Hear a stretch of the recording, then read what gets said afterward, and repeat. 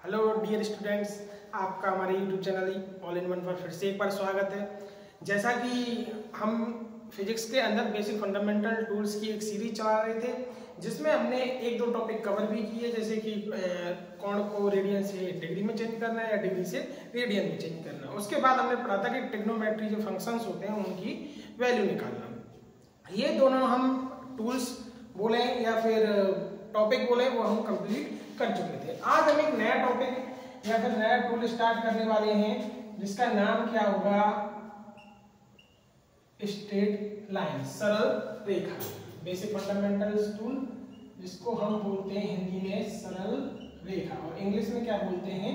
Straight line. आज हम इसके बारे में पढ़ेंगे। आपको पता है कि हम क्या पढ़ा रहे हैं? फिजिक्स पढ़ा रहे हैं, इसलिए हम सरल रेखा हम बस उन्हीं टॉपिकों को कवर करेंगे जो हमारे फिजिक्स के अंदर आते हैं, क्योंकि हम क्या नहीं पढ़ रहे? मैथ नहीं पढ़ रहे। मैथ अगर हम पढ़ते तो सरल रेखा का एक छोटा छोटा सा पॉइंट भी हम बताते, लेकिन हम बस फिजिक्स के अंदर हमें जितना काम में आएगी 11th-12th में, उतनी ही हम सरल रेखा के बारे में आज जानकारी देखेंगे कि सरल रेखा होती क्या है। मेनली हमें क्या काम पड़ता है? सरल रेखा के ढाल का काम पड़ता है, स्लोप का काम पड़ता है कि उसकी स्लोप कैसे कैलकुलेट करते हैं। तो आज हम उसके बारे में पढ़ेंगे और थोड़ा जानेंगे। तो देखिए ढाल होती क्या है। सबसे पहले मैं बात करूं ढाल की। इंग्लिश में इसको बोलते हैं स्लोप, कि एक्चुअल में स्लोप होता क्या है? स्लोप होता है, देखो, सरल रेखा द्वारा एक्स अक्ष पर बनाया गया कोण, जिसको हम डिनोट करते हैं टेन थीटा से। साइन थीटा कॉस थीटा उससे डिनोट ना करके किससे करते हैं? Tan theta. इसका रीजन भी मैं बताऊंगा कि हम इसे टेन थीटा से ही क्यों डिनोट करते हैं। एक्चुअल में देखिए जो ढाल होती है, स्लोप होती है, उसका फॉर्मूला क्या होता है? ढाल, ठीक है, इसको एन से भी डिनोट किया जाता है। होती क्या है? दो अक्ष होते हैं, एक्स अक्ष और वाई अक्ष। वाई अक्ष की राशि में परिवर्तन अपॉन एक्स अक्ष की राशि में परिवर्तन। कहने का मतलब ढाल होती क्या है कि अगर हम कोई स्लोप बनाते हैं या फिर एक स्ट्रेट लाइन बनाते हैं ऐसे, देखो ये रेखाखंड और सरल रेखा में बहुत बड़ा कंफ्यूजन है। होती सेम है। रेखाखंड में क्या होता है? एक बिंदु से स्टार्ट होगी, दूसरे बिंदु पर खत्म हो जाएगी, इसे हम क्या बोलते हैं? रेखाखंड। ये क्या है? इसकी जो लंबाई होती है वो क्या होती है? लेंथ होती है, फिक्स होती है। लेकिन सरल रेखा की क्या होती है? आगे भी कितना बढ़ा सकते हैं, पीछे भी कितना भी बढ़ा सकते हैं। इसलिए सरल रेखा को हम कैसे डिनोट करेंगे? ऐसे। ये 10th क्लास की 9th क्लास की बात है, फिर भी एक बार हम बता देते हैं। अब देखिए ढाल क्या होती है कि ये अपना क्या है? एक्स अक्ष, ये एक स्ट्रेट लाइन है और ये स्ट्रेट लाइन एक्स अक्ष के साथ एंटी क्लॉकवाइज। कौन सा? एंटी क्लॉकवाइज, क्योंकि हम कोण में पढ़ चुके हैं कि एंटी क्लॉकवाइज हमेशा क्या होते हैं? एंगल पॉजिटिव होते हैं। के साथ जितना एंगल बना रही है उसको हम क्या बोलते हैं? इसकी ढाल बोलते हैं। ठीक है, जैसा कि मैंने डेफिनेशन में लिखा है। इसे डिनोट कैसे करते हैं? टेन थीटा से। अब देखिए इसमें दो एक्सिस है, एक वाई एक्सिस है, एक एक्स एक्सिस है। इस पर दो राशियां होंगी, क्वांटिटी होंगी, कोई भी हो सकती है, जैसे कि 10th क्लास में पढ़ के आए हैं V अपॉन I, ठीक है, R से डिनोट करते हैं वोल्टेज अपॉन करंट। एक राशि क्वांटिटी x एक्सिस पे होगी, एक y एक्सिस पे होगी। तो y एक्सिस पर जितना राशि में परिवर्तन होगा अपॉन x एक्सिस में जितना परिवर्तन होगा, ठीक है, इन दोनों का जो रेशियो होगा, अनुपात होगा, उसी को हम किससे निकालेंगे? ढाल से निकालेंगे। देखिए कैसे, इसको लिखते कैसे? n del y upon del x।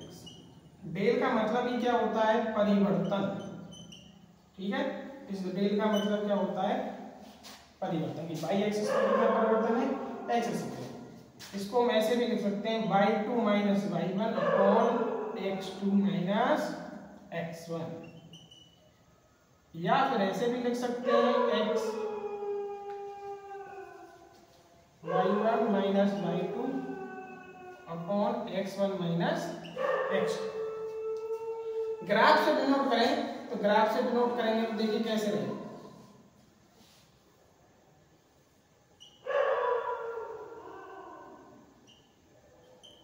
ये कोई एक स्ट्रेट लाइन, ठीक है, ये अपना एक्स एक्सिस, ये वाई एक्सिस, सभी जानते हैं यहाँ तक तो। अब ये जो सरल रेखा है इस पे मैं कोई भी 2 पॉइंट मान सकता हूँ, और वो कहीं भी मान सकता हूँ। जैसे देखो, एक पॉइंट में यहाँ मान लेता हूँ, दूसरा पॉइंट में यहाँ मान लेता हूँ। इसके कोऑर्डिनेट और इसके कोऑर्डिनेट देखिए, इसके x1 y1, इसके x2 y2।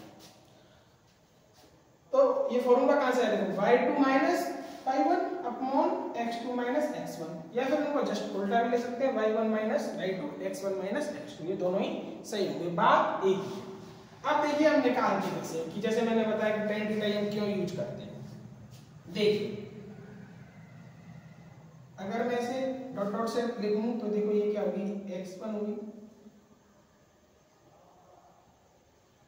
ये क्या होगी, x2 होगी, यही बात मैं करूं, ये क्या होगी, यहां तक y1 होगी, ये क्या होगी, यहां से यहां तक y2। दिख रहा होगा सबको? मैंने बताया था कि x अक्ष के साथ जो एंगल बनाते हैं वो क्या होता है, थीटा। अगर इस लाइन को मैं आगे बढ़ाऊं तो देखो ये एंगल भी क्या होगा, थीटा। इसको मैं एक बार यहां से यहां डिनोट कर लेता हूं, देखो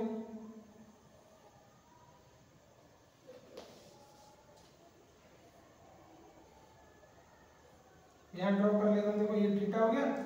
अब देखो ये वाली लाइन क्या हो गई, ये वाली लाइन y2 में से y1 माइनस करेंगे तो ये वाली आ जाएगी, और ये इसके बराबर है, तो इसको मैं लिख सकता हूँ y2 माइनस y1। और नीचे देखो ये x1 है, ये x2 है, x2 में से x1 को घटाएंगे तो क्या बच जाएगी, ये वाली लेंथ आ जाएगी। इसको क्या लिख सकता हूँ मैं, x2 माइनस x1। ये जो बनाया है मैंने वो ये वाला हिस्सा बनाया है। अब बात आती है कि सर ये थीटा कैसे हो गया, क्योंकि देखिए ये जो लाइन है ये वाली और x एक्सिस, ये दोनों कौन सी लाइन है, समांतर दिशा है, और इन्हें एक तिर्यक रेखा काट रही है, तो कौन से एंगल बनते हैं, संगत कोण बनते हैं, और संगत कोण आपस में क्या होते हैं, बराबर होते हैं, इसलिए ये भी थीटा होगा और ये भी थीटा होगा। मैंने यहाँ पे थीटा बनाया। अब मुझे देखो ये स्लोप निकालना है। अगर मैं मान के चलो tan थीटा यूज ना करके sin थीटा यूज करता, sin थीटा क्या होता है, लंब बटे कर्ण, तो लंब ये हो जाता है, कर्ण ये हो जाता है। अगर मैं cos यूज करता तो cos क्या होता है, आधार बटे कर्ण, तो ये कैसे निकलता है। इसलिए हमेशा स्लोप निकालने के लिए क्या यूज करते हैं, tan theta y2 minus y1 upon x2 minus x1, हम x1 माइनस x2 भी ले सकते हैं, y2 माइनस, क्योंकि अगर हम इस पॉइंट को x1 y1 मानेंगे, इसको x2 y2 मानेंगे, तो ये क्या हो जाएंगे, यहाँ पे चेंज हो जाएंगे। तो कहने का मतलब जो हमारी ढाल है इसके कौन कौन से फॉर्मूले हो गए, देखो tan थीटा से डिनोट करते हैं, तो m इक्वल टू देखो del y upon del x, या फिर y2 minus y1, x2 minus x1, यहाँ y1 minus y2, x1 minus x2, इससे निकाल सकते हैं। और ढाल को हम किससे निकालते हैं, tan थीटा से, क्योंकि फिजिक्स के अंदर बहुत आगे जाएंगे तो काम आएगा कि हमें किसी की ढाल निकालनी है, हम डायरेक्ट बोलेंगे कि उसका क्या निकालना है, tan थीटा। क्योंकि अगर किसी भी थीटा की वैल्यू दी है और हमें क्या पूछी है, ढाल पूछी है, तो हम क्या करेंगे, डायरेक्ट tan की जगह tan में थीटा की वैल्यू रखेंगे और उसकी क्या निकाल लेंगे, ढाल निकाल लेंगे। ठीक है, आगे बात यहाँ तक समझ में, यहाँ तक समझ में आया कि नहीं आया। अब इसके आगे हम देखते हैं कि क्या ढाल की वैल्यू पॉजिटिव और नेगेटिव दोनों होती हैं, कहाँ से कहाँ तक होती हैं, ये एंगल है इसकी वैल्यू क्या क्या हो सकती हैं, ये हम आगे बात करते हैं। यहाँ तक आई थिंक सबको समझ में आया होगा कि सरल रेखा होती क्या है। देखिए छोटे छोटे जो कंसेप्ट हैं वो आपको मैथ में पढ़ाई जाएगी, क्योंकि सरल रेखा का एक स्पेशल चैप्टर है। मैं बस उतना ही कवर कर पाऊंगा जितना कि फिजिक्स में काम है। आप आपके साथ नोट्स भी बना सकते हैं, लिख भी सकते हैं, क्योंकि देखिए वीडियो में इतना प्रॉपर टाइम मिलता है, जब मैं बोर्ड पर लिख सकता हूँ तो आप भी कॉपी में लिख सकते हैं। तो कभी भी अगर आप पढ़ने बैठे तो कॉपी और पेन दोनों साथ में लिखें। अब बात करते हैं हम y बराबर m बराबर tan थीटा। ठीक है, इसका दूसरा formula y2 minus upon x2 minus x। अब देखिए ये जो थीटा है इसकी दो वैल्यू हो सकती है, या फिर अगर मैं बोलूं कि जो m है इसकी दो वैल्यू हो सकती है, एक तो पॉजिटिव वैल्यू हो सकती है और एक नेगेटिव वैल्यू हो सकती है। कितनी वैल्यू हो सकती है? दो वैल्यू हो सकती है, या तो पॉजिटिव होगा या नेगेटिव होगा, और जीरो भी हो सकता है। लेकिन बात हमें क्या करनी है कि पॉजिटिव या नेगेटिव। अगर देखिए थीटा की वैल्यू 0 से लेके 90 डिग्री के बीच में होगी, ठीक है, और यहाँ पे अगर मैं लूं 90 से थीटा की वैल्यू 180, क्योंकि देखिए मैक्सिमम डाल 0 से 180 हो सकती है, या तो ये डाल हो सकती है या फिर लास्ट ये डाल हो सकती है, ठीक है। उसके बाद तो क्या है, इसकी डाल हो ही नहीं सकती, क्योंकि देखो ये वाली डाल देखेंगे ये थीटा से कोई ना कोई एंगल पे होगी, इधर देख सकते हैं, इधर देख सकते हैं, इधर देख सकते हैं। तो हाईएस्ट जो थीटा की वैल्यू होगी एक्स एक्सिस के साथ वो कितनी हो सकती है? 0 से 180। तो जो पॉसिबल जो वैल्यू है m की वो यहाँ पे होंगी, m क्या होगा यहाँ पर? धनात्मक, और n क्या होगा यहाँ पर? अब बात आती है कि सर आपको कैसे पता कि यहाँ से यहाँ तक धनात्मक होगा और यहाँ से यहाँ तक ऋणात्मक होगा? कोई रीजन भी तो होगा या फिर पहले से देखा? देखिए क्या होता है, हमने पढ़ाया था ये क्या होता है, first quadrant, second quadrant, third quadrant, fourth. इसीलिए मैंने बेसिक फंडामेंटल स्टार्ट किए थे। देखो मैंने थीटा की वैल्यू निकालना बताया था ना त्रिकोणमितीय अनुपात में, वो इसीलिए बताया था। देखो यहाँ काम में आ रहा है, कैसे काम में आ रहा है? देखो यहाँ सारी वैल्यू क्या होती है? पॉजिटिव, यहाँ साइन और कोसेक की, यहाँ टेन और कॉट की, यहाँ कोसेक की। शायद अब आप समझ गए होंगे। देखो 0 से 90 और 90 से 180 आई की वैल्यू काम नहीं आएंगी। देखो यहाँ ऑल वैल्यू क्या होंगी? पॉजिटिव। तो जब 0 से 90 डिग्री में tan थीटा की वैल्यू क्या आएंगी? पॉजिटिव आएंगी, मतलब सभी वैल्यू क्या होंगी? धनात्मक होंगी। लेकिन 90 से 180 जब हम लिखेंगे तो इसमें क्या है, केवल साइन पॉजिटिव होता है और क्या होता है? कोसेक पॉजिटिव होता है। tan कैसा होता है? नेगेटिव। इसलिए मैंने ये लिखा कि यहाँ पर n की वैल्यू कैसी आएंगी? नेगेटिव। अब शायद आपको समझ में आया, क्लियर हुआ? ठीक है। अब देखो बनाते कैसे, ठीक है। ये एक सरल रेखा है, x axis y axis, clear. ये क्या हो गया? थीटा हो गया। यहां पर थीटा कैसा होगा? पॉजिटिव। इसमें मैं बात करूं, इसको उसमें बना सकते हैं। देखो इसमें क्या होगा, ऐसे भी ले सकते हैं,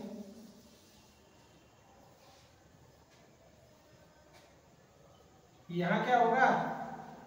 m का मान नेगेटिव, यहाँ क्या होगा? m का मान पॉजिटिव, मतलब ढाल पॉजिटिव, ढाल नेगेटिव। थोड़ी बहुत आई बात समझ में? 90 से 180 अगर थीटा की वैल्यू है तो क्या होगी? ढाल नेगेटिव। अगर वैल्यू 0 से 90 डिग्री तक है तो ढाल कैसी होगी? पॉजिटिव होगी। थीटा की मैक्सिमम वैल्यू क्या हो सकती है? 180। मिनिमम वैल्यू क्या हो सकती है? 0। मतलब थीटा की वैल्यू 0 से लेके 180 के बीच में ही हो सकती है। अगर 0 से 90 होगी तो धनात्मक, 90 से 180 होगी तो ऋणात्मक वैल्यू आएगी, ठीक है। ये बात सबको समझ में आ गई होगी। अब देखो हम बात करते हैं सरल रेखा के इक्वेशन के बारे में, समीकरण के बारे में, कि हमें कैसे पता चलेगा कि ये एक सरल रेखा का समीकरण है। अब तक हम 9th क्लास में पढ़ते आए थे कि सरल रेखा का समीकरण क्या होता है, और 10th क्लास में आते आते हम सीख जाते हैं सरल रेखा को ड्रॉ करना। सरल रेखा का जो 9th क्लास में 10th क्लास में बेसिक जो फॉर्मूला होता है वो होता है ax + by + c = 0, या फिर सिंपल ही बात करूं 2x + 3y = 5। ऐसे एक सरल रेखा का समीकरण दे देते हैं और बोलते हैं कि इसको ग्राफ में प्लॉट करना है, ड्रॉ करना है, ठीक है। ये होती है 9th और 10th क्लास में मैथ की बात। तो ये आप जनरल फॉर्मूला, जनरल इक्वेशन पढ़ के आए होंगे।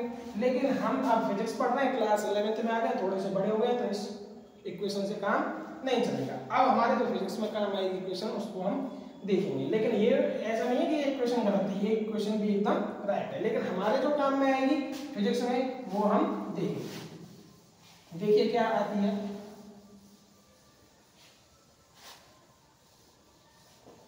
सरल रेखा की जो इक्वेशन होती है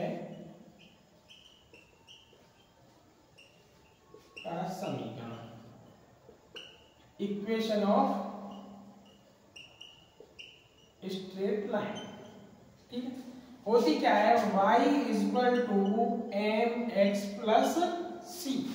y हमें पता है, x हमें पता है, क्या नहीं पता, एक तो m नहीं पता और एक c नहीं पता। m भी अभी हम पढ़ के आए, क्या होता है, स्लोप, बोले तो ढाल।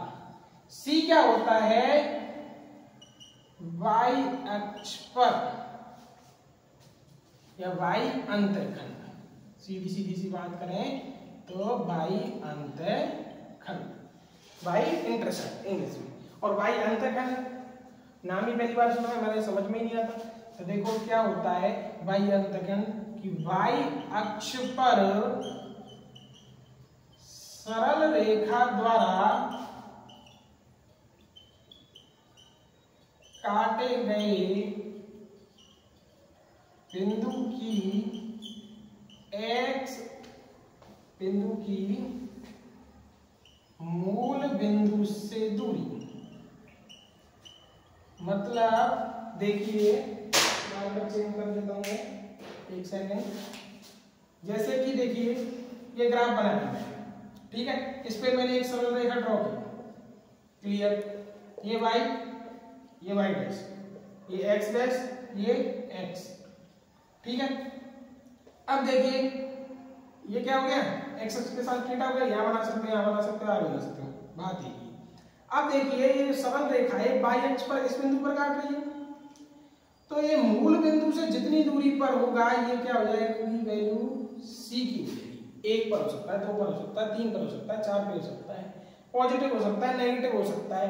ये जो वैल्यू है ये वाली,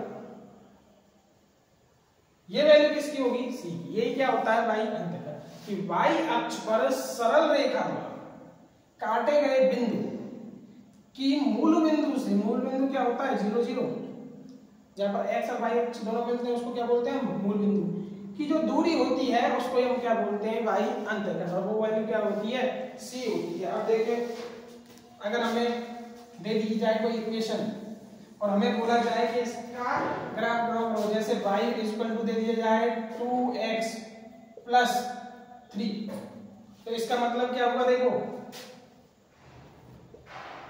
ये क्या हो गया x अक्ष, ये क्या हो गया y अक्ष। यहां देखो दो वैल्यू देखनी है, ये किसकी वैल्यू है m की, ये किसकी वैल्यू है c की। m की क्या है, पॉजिटिव, पॉजिटिव मैंने बताया था कि कहां होगा 90 डिग्री पर, तो बनेगी तो रेखा ऐसी, ये तो हमें पता चल गया। लेकिन c क्या होता है, ये वैल्यू, तो ये कितनी हो गई वैल्यू मूल बिंदु से, ये इसका क्या हो गया, रफली डायग्राम हो गया, या फिर बोले तो रफली रिप्रेजेंटेशन हो गया। ये बात समझ में आई कि नहीं, 2 मतलब पॉजिटिव, n की वैल्यू क्या है पॉजिटिव है, इसका मतलब किसमें होगी, फर्स्ट क्वाड्रेंट में होगी। 3 क्या है अंतःखंड। अगर देखिए एक और डायग्राम, इसको मैं हटा देता हूं, लिख लिया होगा। एक और डायग्राम देखते हैं कि हमें लिखा जाए y इक्वल टू, इसी को ले लेते हैं 2x माइनस 3, क्या होगा सर, वही ग्राफ बनाएंगे, ये y डैश, ये x, ये x डैश, 2x मतलब n की वैल्यू कैसी है पॉजिटिव, c की वैल्यू कैसी है नेगेटिव, कितनी 3, इसकी पॉजिटिव, तो बनेगा तो देखो इस क्वाड्रेंट में आएगा। लेकिन क्या है y का होता है यहाँ पे होता है, तो ये इस पॉइंट से जाती हुई दिखाई देगी हमें, और ये एंगल बन जाएगा, है क्या पॉजिटिव थीटा, लेकिन जो y की वैल्यू है वो क्या है -3 है। आई कि नहीं आई बात समझ में। एक और देख लेते हैं एग्जांपल, सभी तरह के बता देता हूं मैं। एक दोनों पॉजिटिव का बता दिया है, एक ही एग्जांपल से बता देता हूं। देखो यहाँ m क्या है नेगेटिव, c की वैल्यू क्या है +3, इसकी क्या है -2, ये देखिए y एक्सिस, ये देखिए y डैश, ये x और ये x डैश। क्योंकि समझने के लिए हमें, या कोई भी संख्या तो चेंज करेगा भाई, संख्या तो चेंज करेगा, ज्यादा से ज्यादा क्या करेगा, इक्वेशन तो वही रहेगी। हमें समझने के लिए तो एक इक्वेशन ही बहुत है। देखो यहाँ m की वैल्यू क्या है -1, हमें पता है कि m की वैल्यू माइनस कहां से कहां तक होती है 90 से 180, तो 90 से 180 तो यहाँ आएगी, लेकिन क्या है 3, तो y की वैल्यू क्या है पॉजिटिव 3, तो इस पॉइंट से जाता हुआ दिखाई दे रहा है। ये वैल्यू हो जाएगी थीटा की। ये y का समीकरण हो गया। देखिए ढाल कैसी है, नेगेटिव, लेकिन m की वैल्यू क्या है, पॉजिटिव है। तीन एग्जांपल समझ में आए थे। एक और चौथा बच गया क्या कि देखो पहले में हमने दोनों वैल्यू प्लस की ली थी, बाद में हमने c की वैल्यू माइनस, यहाँ पर m की वैल्यू माइनस। अब मैं बोलता हूँ ये दोनों वैल्यू कैसी ले लेता हूँ, मैं माइनस ले लेता हूँ। तो सर आप बताओ ग्राफ कैसा मिलेगा, कोई दिक्कत नहीं है। देखो ये y डैश h डैश और x, m की वैल्यू नेगेटिव और -3। देखो c क्या है, -3, m की वैल्यू नेगेटिव। ये डायग्राम बन जाएगा। ये क्या हो जाएगा, -3 यहाँ से यहाँ तक, ये वाली लाइन। इसका एंगल हम यहाँ से भी ले सकते। अब देखो यहाँ m की वैल्यू भी नेगेटिव और c की वैल्यू भी क्या हो गई, नेगेटिव हो गई। इसमें देखो m की वैल्यू नेगेटिव थी लेकिन c की वैल्यू कैसी थी, पॉजिटिव। तो ये ऊपर से कट करता हुआ, मतलब y एक्सिस पे हमें देखना, अगर पॉजिटिव है तो ऊपर मूल बिंदु से ऊपर कट करेगा, अगर नेगेटिव है तो मूल बिंदु से नीचे कट करेगा। एक क्वेश्चन करते हैं, आप जवाब देना।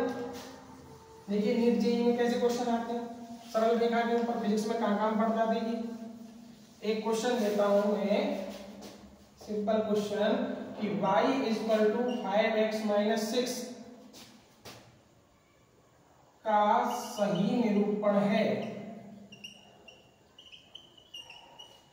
सिंपल डायग्राम, ठीक है।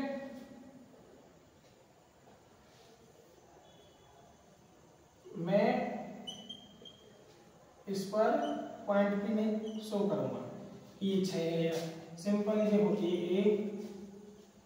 ये बी थोड़े छोटे बना लेते हैं, बोर्ड पे आ जाएंगे।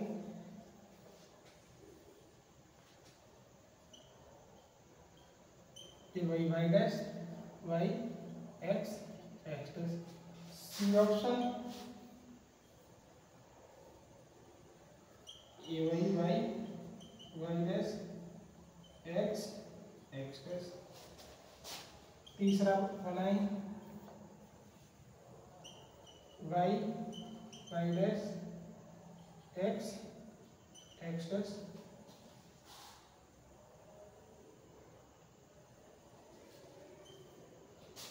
अब आप बताइए ये डी, तो आप बताइए ये इनमें से कौन सा सही निरूपण है, ए है, बी है, सी है या डी है।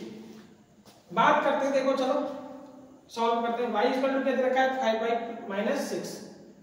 अगर मैं इसका समीकरण निकालूं, देखिए क्वेश्चन थोड़ी अपन तो ये कि चारों की इक्वेशन निकालते हैं।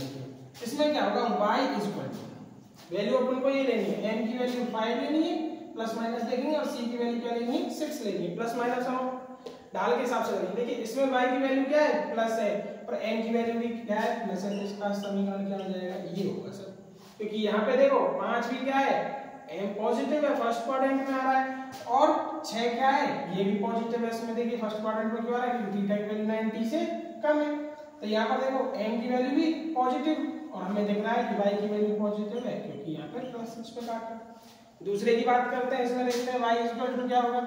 देखिए थीटा की वैल्यू क्या है, पॉजिटिव है, 5x, लेकिन c की वैल्यू कैसी है, नेगेटिव है या नहीं है, -6, तो -6। इसकी बात कर लेते हैं।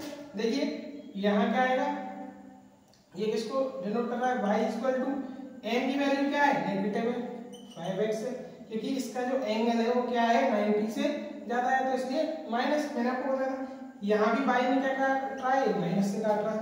इधर बात कर लेते हैं, यहाँ क्या है, 90 से ज्यादा है, तो y की तो m की वैल्यू नेगेटिव, लेकिन y की वैल्यू मतलब c की वैल्यू पॉजिटिव। ये देखो अब हमें पूछ रहा है 5x - 6, तो ऑप्शन बी हमारा क्या हो जाएगा, राइट हो जाएगा।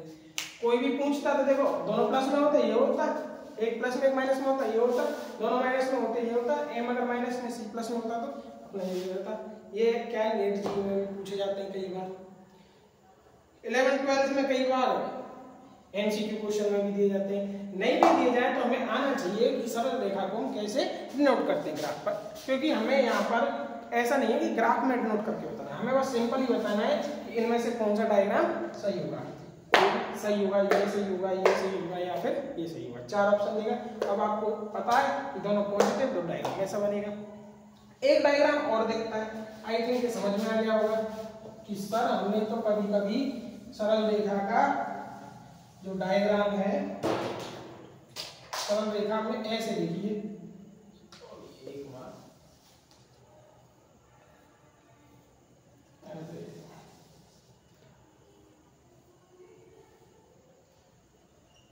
ये एक्स एक्सिस, ये वाई और ये वाई एक्सिस, सर हमने तो ऐसे देखी है। और कई बार हमने समीकरण भी ऐसा देखा है कि डायरेक्ट बोल देता है वो y इक्वल टू 3x या 4x या फिर y इक्वल टू -3x, कोई पॉसिबिलिटी बन सकती है। इसमें क्या, क्योंकि देखो यहाँ पर क्या है, y एक्स में क्या किस पे काट रहा है 0 पे, तो c की वैल्यू क्या हो जाती है 0। अब यहाँ मैं 0 लिखूं या ना लिखूं बात तो एक ही है, लेकिन जो समीकरण है या फिर जो ये सरल रेखा है ये कैसी होगी, एक सरल रेखा है, दोनों क्या होंगे इसके समीकरण होंगे, इक्वेशंस होंगे, क्योंकि यहाँ पर क्या है c की वैल्यू 0 है, इसीलिए हमें क्या दिखती है कि ऐसे समीकरण हमें सामने दिखाई देती है या फिर ऐसा डायग्राम दिखाई देती है। वो देखो ये भी पूछ सकता है कि क्या ये एक सरल रेखा है और इसका समीकरण क्या होगा, तो वहां देखो ऐसे ऑप्शन दे रखे होंगे। देखो एक क्वेश्चन देख ही देते हैं, एक क्वेश्चन देख ही लेते हैं, क्योंकि कई बार हम रटते चले जाते हैं। क्या यह एक क्वेश्चन कैसे भी हो सकता है, हमें बस देखना है, सीखना है ना, हमें सीखने पे ज्यादा फोकस करना है, ठीक है। y डैश x डैश सरल रेखा का समीकरण है। अब वो दे देता है, देखो जो इसको डिनोट करता है 5x, y बराबर 3x प्लस 2, y बराबर 4x plus 4, y equal to या स्क्वायर भी दे सकता है। तो क्या होगा, क्योंकि यहाँ पर देखो c की वैल्यू क्या है 0, तो समीकरण कौन सा होगा पहला वाला। कुछ देखना ही नहीं, ना 3 देखना, ना 5 देखना, ना 4 देखना। अब कुछ बच्चे क्या करेंगे, एंगल दे दिया, वो कितना दे दिया 60 दे दिया, 70 दे दिया, कोई भी एंगल दे दिया, हम उस एंगल को निकालने लगे रहेंगे। क्यों कि हमें क्या देखना है एंगल के पास। अरे हमें क्यों देखना है, क्योंकि हमें पता है कि c की वैल्यू क्या है 0 है। इसमें सभी में c की वैल्यू क्या है, देखो इसमें 2 है, ये तो सरल रेखा का समीकरण है नहीं, क्योंकि इसमें स्क्वायर आ रहा है। तो इन तीनों में क्या अंतर है, देखो इनमें क्या दे रखी है c की वैल्यू दे रखी है, इसमें c की वैल्यू नहीं दे रखी। तो हमें पता है c की वैल्यू 0 है, एक ही ऑप्शन है, तो ये ऑप्शन सही होगा। और हमें माथा फोड़ी करने की ज्यादा जरूरत ही नहीं, और कुछ देखने की जरूरत ही नहीं। कई बार क्या होता है पेपर में सवाल ऐसे दिए जाते हैं कि जो एक बार देखने पर सही हो जाते हैं, लेकिन वो एक बार देखने पर सही कब होंगे कि जब हमने मोर देन प्रैक्टिस कर रखी होगी, या हमारे दिमाग में जो फंडामेंटल्स होंगे उस चीज को लेकर, या फिर जो बेसिक होगा उस सब्जेक्ट का, वो हमारे दिमाग में एकदम क्लियर होगा।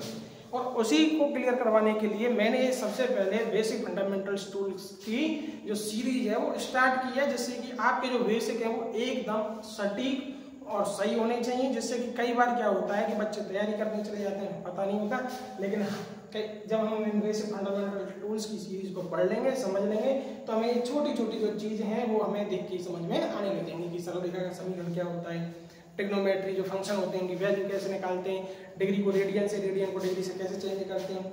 तो ऐसे ही अच्छी अच्छी जो टॉपिक हैं जो फिजिक्स में काम आएंगे, ऐसी छोटी छोटी सी सीरीज हम लेके आते रहेंगे और आपके बेसिक क्लियर कराते रहेंगे।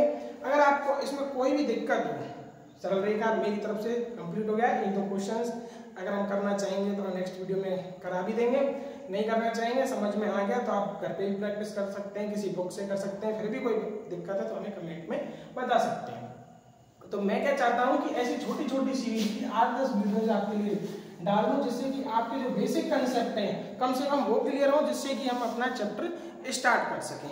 क्योंकि देखिए सिलेबस कंप्लीट करना हमारा उद्देश्य नहीं है, हमारा उद्देश्य है कि कम से कम जो बच्चे हैं जिनको स्कूल में नहीं पढ़ाया जाता है, या फिर जो बच्चे बेसिक नहीं पढ़ते हैं, कमजोर रह जाते हैं, उनको धीरे धीरे फिजिक्स क्या होने लग जाती है, टफ लगने लग जाती है।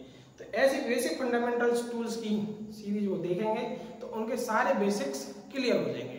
क्योंकि चाहता तो मैं भी चैप्टर फर्स्ट से स्टार्ट करा सकता था, लेकिन मैंने इसलिए नहीं कराया क्योंकि मेरे पास मैंने कई बार स्टूडेंट्स देखे हैं कि उन्हें ये छोटी छोटी चीज़ें नहीं आती, आगे प्रॉब्लम आती है। तो ऐसे सिलेबस कराने से कोई फ़ायदा नहीं है। तो आप एक बार इनको वीडियोस को ज़रूर देखें, एक बार देखें, 2 बार देखें, और फिर फिजिक्स समझ में नहीं आए तो मेरा दावा है जरूर समझ में आएगी, बहुत अच्छी लगेगी, आपका जरूर इंटरेस्ट बनेगा। लेकिन बशर्ते कि आपके जो बेसिक हैं वो क्लियर होने चाहिए, एकदम सटीक होने चाहिए। थैंक यू, धन्यवाद। आपको वीडियो कैसी लगी, टॉपिक कैसे लगे, थम्स अप करें, लाइक करें और हमें कमेंट करके जरूर बताएं।